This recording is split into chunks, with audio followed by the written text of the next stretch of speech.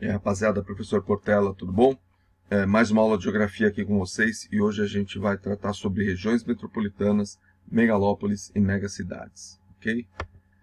Então, quando a gente fala de regiões metropolitanas, a gente pode tomar como exemplo a região metropolitana de São Paulo, né? Onde a gente tem 39 municípios que se interligam, né? E onde as suas infraestruturas, elas apresentam uma continuidade, né, de um município para o outro, fazendo com que a gente muitas vezes nem consiga perceber, analisando de uma escala mais distante, onde termina o município e onde começa o outro. Aqui a gente tem um mapa mostrando os 39 municípios que compõem aí a região metropolitana de São Paulo, certo? A gente tem São Lourenço da Serra, Juquitiba, Embu-Guaçu, próprio município de São Paulo, Guarulhos, Osasco, Caieiras, Mariporã, Mogi das Cruzes. São muitos municípios aí que são influenciados diretamente por essa cidade polo, que é a cidade de São Paulo, ok? Que é uma cidade global, a gente vai ver isso já já, né?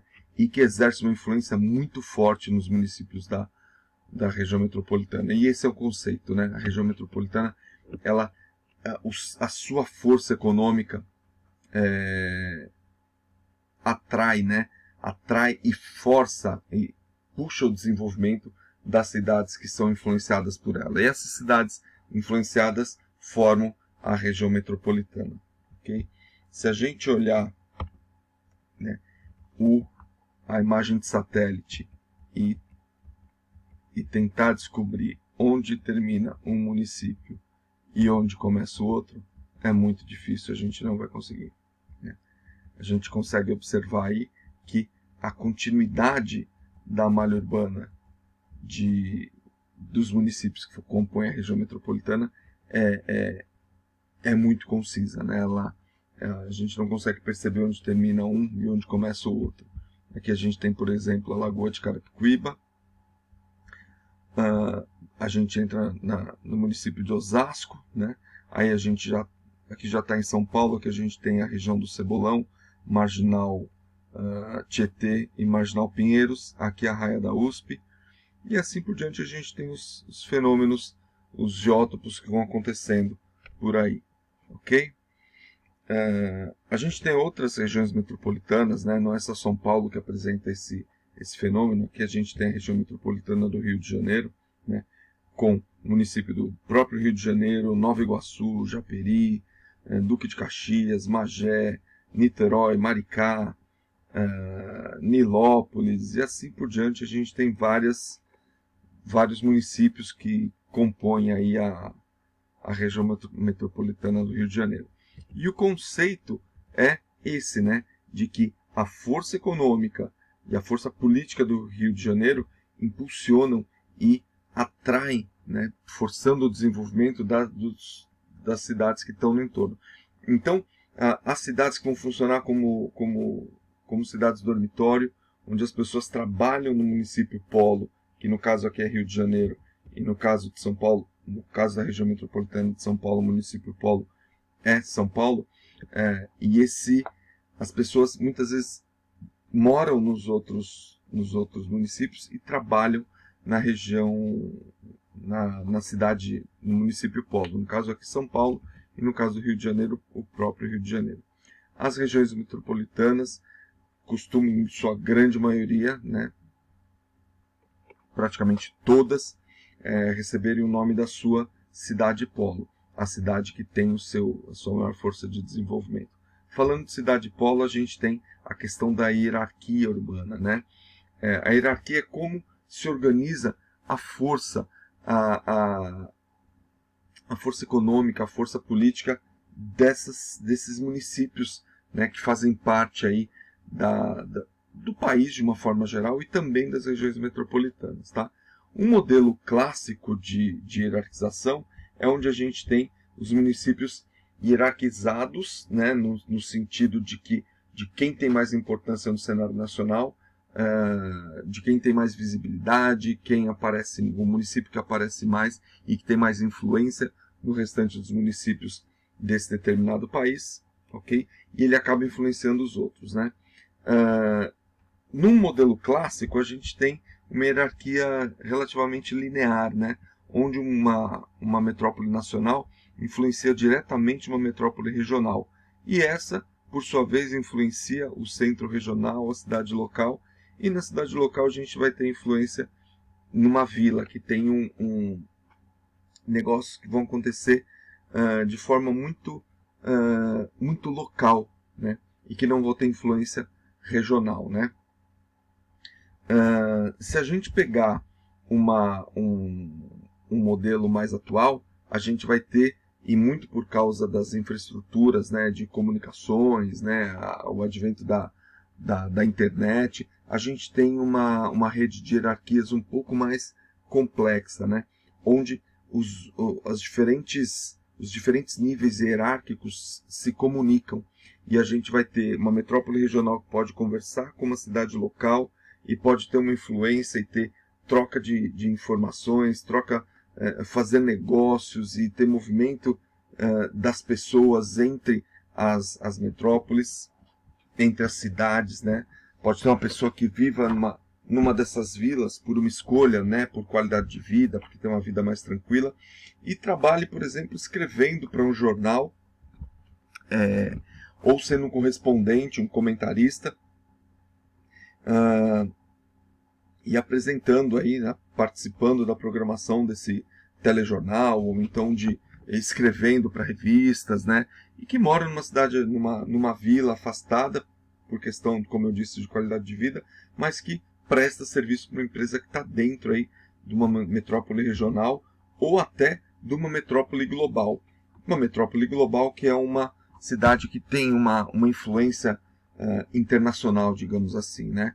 Essas cidades globais, essas metrópoles globais, geralmente vão ter bolsas de valores, vão ter sedes de empresas importantes, sedes de empresas multinacionais, transnacionais, e exercem uma influência forte, né? As notícias do que acontece nessa metrópole global, além de circularem no mundo, como é o caso de São Paulo, Rio de Janeiro, né? Elas são importantes e são observadas pelo restante do país, né? Todo o país presta atenção no que acontece no município de São Paulo, porque ele é o centro, digamos, centro econômico do estado de São Paulo e acaba influenciando muito, mesmo com a sua região metropolitana, o restante do país. Okay? Uma megalópole, por sua vez, já é uma junção de duas ou mais regiões metropolitanas, né? É uma região onde, em algumas regiões do mundo, elas já estão implementadas, né? E a gente vai ver alguns exemplos. E a gente tem a formação da nossa megalópole brasileira aqui, né? Entre São Paulo e Rio de Janeiro, né? E também com a ligação dela com Campinas. Então, entre São Paulo e Campinas, a gente tem Jundiaí, por exemplo. A gente pode até mais longe pensar que Sorocaba, que é esta cidade que está aqui, também pode fazer parte dessa megalópole brasileira, né? Rio de Janeiro, que está aqui, e as cidades que estão no entorno aqui. São José dos Campos, por exemplo, né? Que é uma cidade onde a gente tem universidades importantes, onde a gente tem centros tecnológicos importantes, certo? Campinas também, a gente tem a Unicamp, a PUC Campinas, Jundiaí, que é um município que cresce bastante, Americana, que está aqui na região, Sorocaba, como eu disse anteriormente, Indaiatuba, que está aqui no meio, né? Então, são municípios que crescem e começam a sentir as influências aí, mesmo Sorocaba, Campinas, tem uma certa relação com São Paulo, né? Quem é que não conhece alguém que estudou na Unicamp, que mora aqui em São Paulo, ou que tem a família aqui e que estuda na Unicamp, né? Ou empresas que estão lá na região, né? E que tem funcionários que trabalham por aqui. Eu mesmo já dei aula por um tempo em Jundiaí, né? Então eu ia e voltava todos os dias, não é tão distante, ok? A gente tem aqui a imagem de satélite mostrando a formação da megalópole brasileira aí, Rio de Janeiro, região metropolitana de São Paulo, Campinas, Jundiaí, ok? E a gente tem outras como exemplo. E tinha um projeto, né? É tão importante essa megalópole brasileira que existe um projeto, já um projeto bastante antigo aí, de construção de um trem de alta velocidade entre Rio de Janeiro, né, passando pelo Vale do Paraíba, aí, vindo até São Paulo e chegando até o município de Campinas, dentro do estado de São Paulo. Esse projeto acabou nunca saindo do papel, né? É um projeto muito caro, né? As prefeituras e governos do estado acabam tendo outras prioridades antes de fazer um projeto caro como esse, mas é um projeto que esteve, né, em algum momento aí na visão dos representantes, ok? Aqui a gente tem uma imagem de algumas regiões metropolitanas, só para a gente ver que não é só